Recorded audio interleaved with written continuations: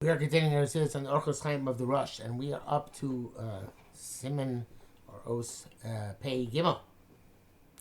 Autotzi diba v'lashon shum birya v'lo lazus rechilus. Do not speak snitching, lashon hara on any creature, and no negative talk, and no gossip. So it's interesting all these various different types of talk. Diba is snitching like the Meraglim did. You say something which is it's a lie, but it's even lashon hara, even though they also spoke lashon hara, because diba is negative, not necessarily about a person. Diba is about those who they spoke diba about a entity, Eretz Yisrael, and intrinsically lashon hara is only about people, but diba means a negative talk about anything, something disparaging something which is inappropriately, and one would imagine, especially Eretz Yisrael was particularly onerous, but in general, diba is speaking negatively not just about a person, but an entity. Lashon hara, of course, is about a person. Lazus is to say negative things, even if they're not necessarily incorrect, but they are, and they're not necessarily strictly lashon hara, but they are more like similar to avak lashon hara, in that it's something frivolous, something which is doesn't give the person the proper respect that person deserves. Somebody Chas v'Sholem would say JB about the Rabbi Yosef Soloveitchik. It's a terrible thing for a person to say, and that I heard from my Chavrusa that he says this was about Mendel Kaplan. That's Mendel Kaplan was heard people saying that. He said they're playing with the Olam Haba. So there are those people say that they mean it as a lashon of chiba. I don't know, but the Pasha says that that's lazus. That's not lashon hara, but it's something which is frivolous and mocking. And rechilas, of course, is plain old gossip. And the other thing which is interesting here is that al shum birya. In other words, on any creature, it means, of course, human beings, whatever their religion or nationality. But it seems to indicate even anything else which is created, which is obviously the creation of HaKadosh Baruch Hu. One has to be careful, and we see that again from Eretz Yisrael and from the Meraglim. I assume it doesn't apply the same way with the same weight to everything else, but it's something which a person has to be careful to avoid negative talk in general about the creation of HaKadosh Baruch Hu, and it's a very hard thing to do, at least for me. Pei Dalet. Alti niva lashi bazus. Don't be hasty to answer with chutzpah. L'mishamer dvarim asher lo tovim. To be able to say bad things. This is good advice for a teacher and Rav and anybody else who's in a position of dealing with other people. Very often people say inappropriate things. You should not respond to them with arrogance and aggression, because that's just going to backfire. You should take a step back and try and correct the mistake or deal with the person in a way which lowers the temperature as opposed to raises the temperature. Hey, al tashmiya bechutz kolecha, al titzobeh ki behema. Don't let your voice be heard outside. That's something which my wife always reminds me not to speak too loudly because people outside can hear you. Although I'm never sure if this is actually the case because our house is set back from the road. But who knows? Of course, the person's not supposed to speak that loud. It's not tznius, not in the sense of the tznius, which nowadays is usually only a standard for women and not for men. It's not a tznius for men. It's not a tznius for anybody to speak too loudly. And it's, besides being a public spectacle, it is not being taken into account appropriate subdued behavior which people should have around other people. And you should not shout like an animal. Very often people, especially loud voices, tend to talk overly loud. And again, it's not appropriate behavior. It's even not human behavior. It's animals roar. Human beings talk.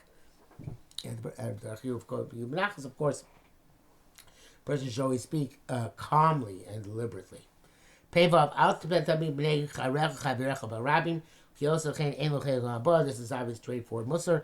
Don't embarrass you for the public, because somebody who does this has no portion will come. Obviously, it's Chazal saying that somebody who's consistently like that has no chayil haba. I don't think it's for a one-time deal, one-time shibah. Why take chances? Pei Zayin al tareh yecholes neged shum adam im yodcha gavra ki lo seidayim tachlosh. Don't show your strength relative to anybody else, even if your hand is mighty, because you never know. It's a wheel which goes around in the world, and you don't know when you're going to be weaker and have to depend on that person. Similar to what you say in English, don't burn your bridges. In other words, you never know when you're going to require somebody. You never know when you're going to have to come up against somebody again. It's not kedai to be look down at other people simply because you might someday find yourself looking up at them, and there are many other reasons not to do it as well. Peiches al tudov achrei kavod lo taleh b'mayla shein ruya. It's a very important point. It's not just don't pursue kavod, which is extremely difficult because everybody wants kavod, but not just that. Don't go up to levels that are not appropriate to you.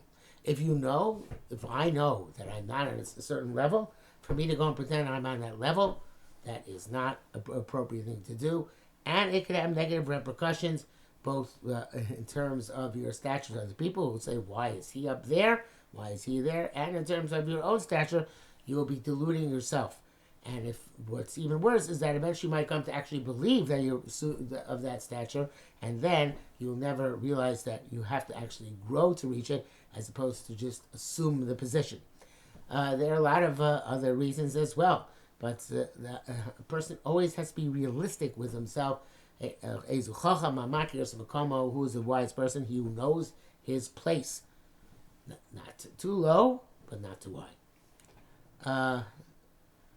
Peites. Al tizka im yichabducha bnei adam peni batu v'yashbilucha. It's a variation on the theme. Don't become too proud that people give you honor, because if you become too proud, they'll see that and they'll kick you and they'll diminish you.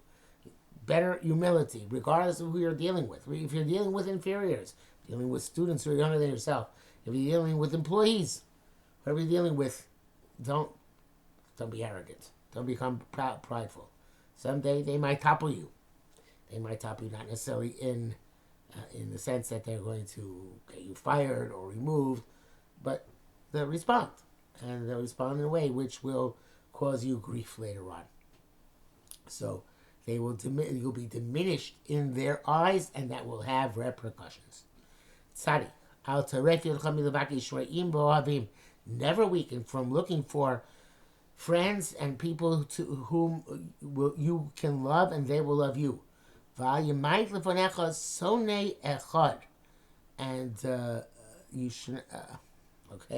you should it shouldn't look to you small as a minor thing, even to have one enemy. Many people have enemies, and sometimes, perhaps even a lot of times, not their fault. But the main thing is, don't think lightly of having an enemy. There is an enemy you can't avoid it, but don't think lightly of it. Realize that it's significant and something to be careful about.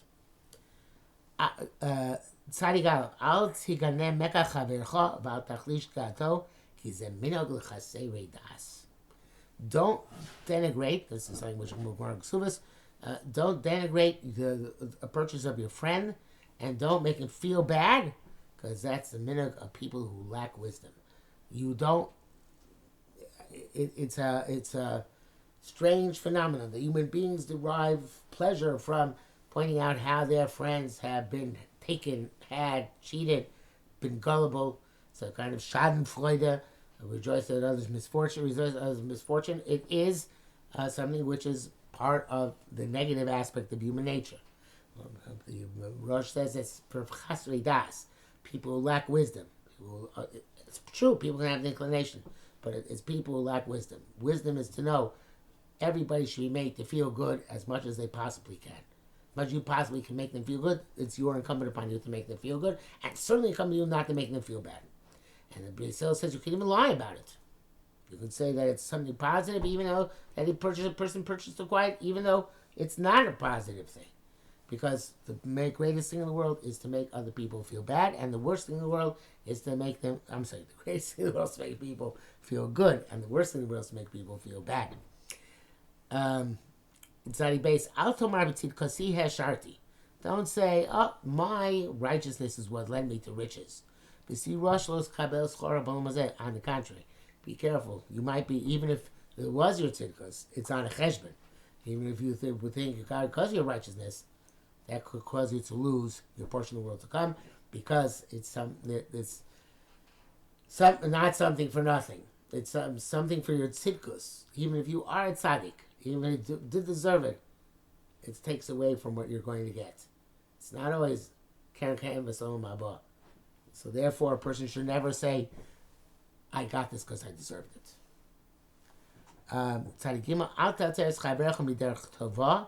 Don't incline your friend from the good path to a bad path.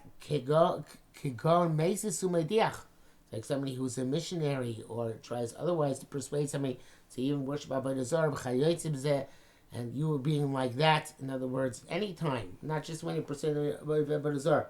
If you persuade somebody to do something negative, then you're held accountable for that. So because another person's sin is greater than the person who kills him, but that's not just causing him to sin. It's causing him to go off the derech, which is optimal for himself. You're not supposed to give answers to a person based on what's good for you or what's good for them. And you're not supposed to give answers which will in the long run certainly be negative for those people. Don't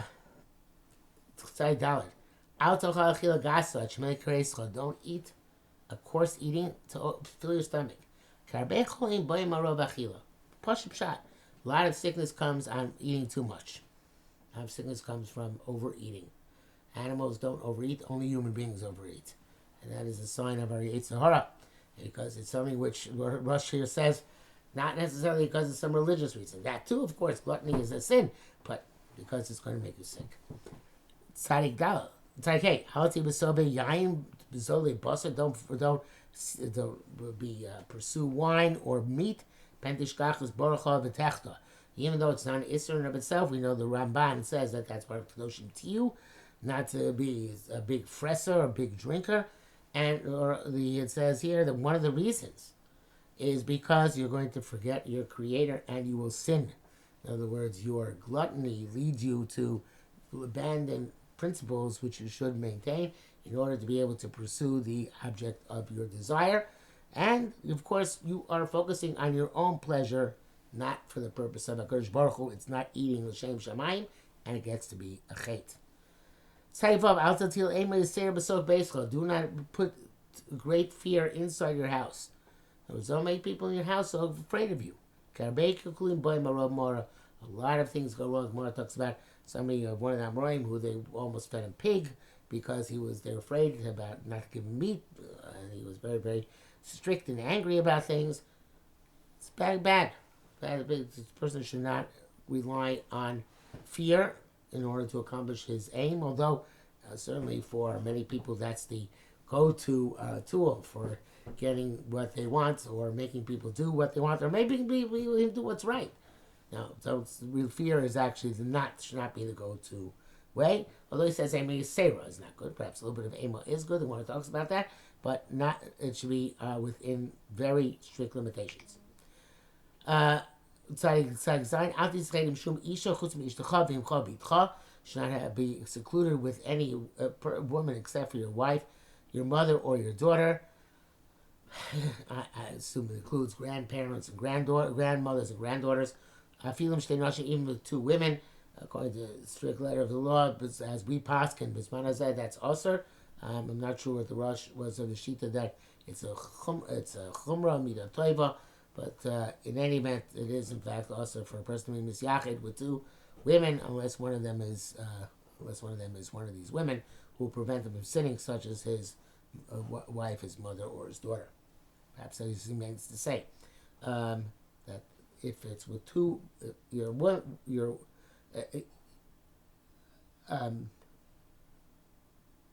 no, I don't think that's what he means to say.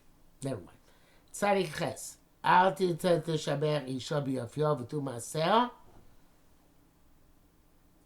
ישוע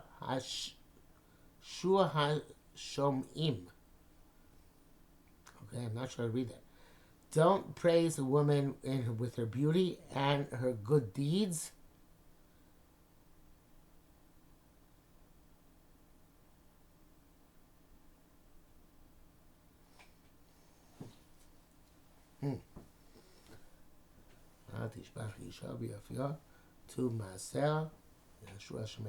Well, I think we're going to leave this for next time because I don't know what it means and I'm going to have to research it.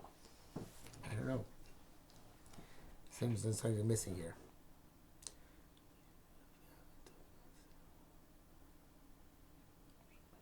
All right, we'll stop here at Tzadik Zayin and leave Tzadik Ches for next time, I guess. Hopefully I'll be able to come up with something.